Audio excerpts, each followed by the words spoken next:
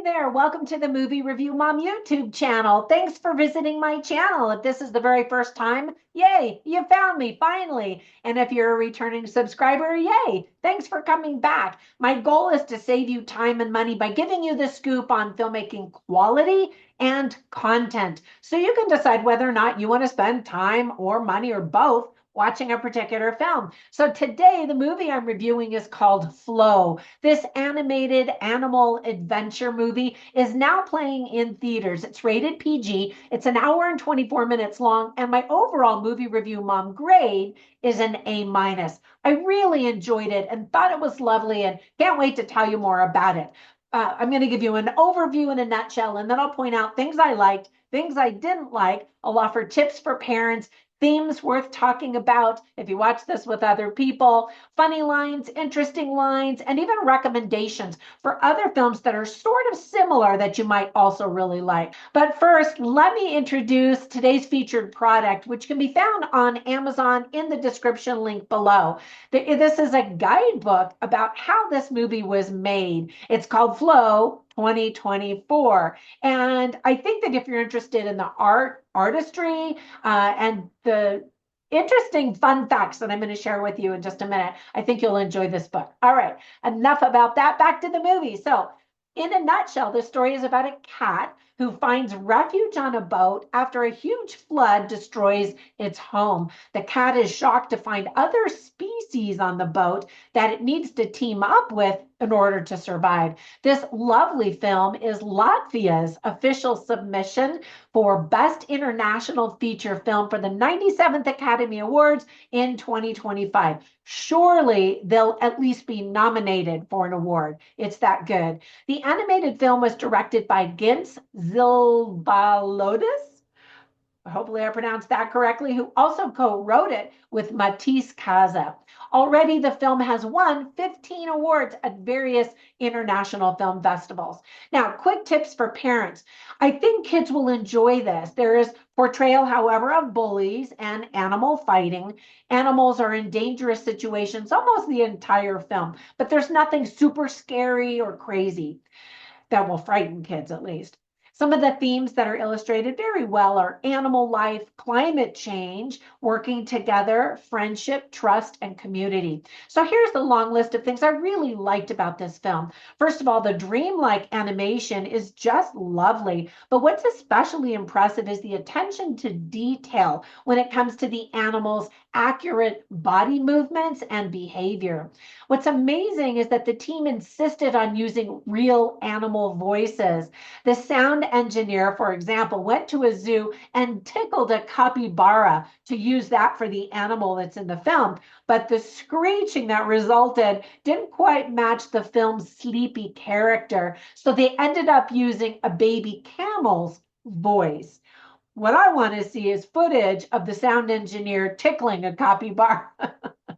Another fascinating element of the film is that it was created by using Blender, a free open source software that two of my sons actually have used to create video games. The realistic sounds throughout the entire film, not just the animal sounds, but the background and environment sounds, are just mesmerizing, creating a realistic but magical effect at the same time. The movie made me think of a recent time when humans were told to self-quarantine at length, you know what I'm talking about, so that the animals of the world were just left to themselves to explore. And we have videos of them wandering empty city streets and such.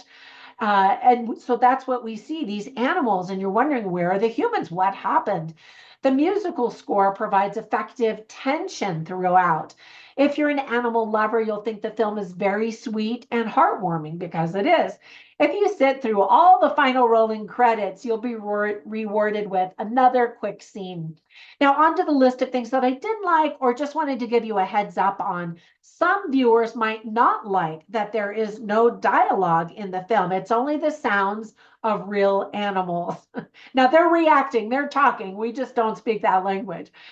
Would animals really work together and help each other under these circumstances? Now, I've seen enough YouTube video clips about real life scenarios when the animals do help each other, but some people may think that their actions in this story are too far-fetched and unrealistic and just dismiss the whole film.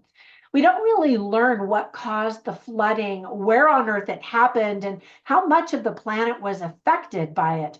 Based on the capybara, the movie would probably take place in Central or South America, right? But some of the buildings look Indonesian. And then we also see Tibetan flags flying on buildings at some point. So, where do you think the setting is? Of course, it's just a movie and it doesn't have to be about a real place anyway. There's a mystical scene that only makes sense if it's supposed to be a dream. The entire movie, as I mentioned, definitely feels dream-like. This might be the kind of movie that entertains kids the first time around and then runs in the background on a TV while the kids are playing for subsequent viewings. Just saying. Now, I always write down funny lines and interesting lines. And as I was taking notes, I was like, okay, the funny line would be when the cat says meow, and the interesting line would be when the dog says ruff. Obviously there are no lines because it's just animal sounds. So before we go, let me share some recommendations for 4 movies that I instantly thought of as I was watching this that I really liked. And I think you might too. The first one is called Robot Dreams, where we get a robot world and it's dreamlike. The second one is a real recent movie I just reviewed called Wild Robot. I'm going to cue that one up in case you missed it so you can learn more about what that one is like. I thought it was really sweet. It's about a robot who somehow ends up in the middle of a forest with a bunch of animals and they have to survive when some stuff goes down. I thought it was very heartwarming and the animation was very sweet too. Another movie where animals do talk, but they're trying to survive is called The Incredible Journey. Now that's an oldie, but a goodie. And then the last one I thought of is The Life of Pi. Now that's a human boy with animals, and they have this adventure that's kind of crazy. And the whole film is very symbolic and fascinating and gorgeous. Definitely check that one out. All of the links to those videos are down below in the description. I hope you enjoy this. If you do, comment down below and let me know what you thought. I think it's going to be nominated. I think we're going to hear more about this film as soon as the Academy Award nominations come out next month. We'll see. Anyway, have a fantastic day, and I'll catch you in the next one. Bye for now.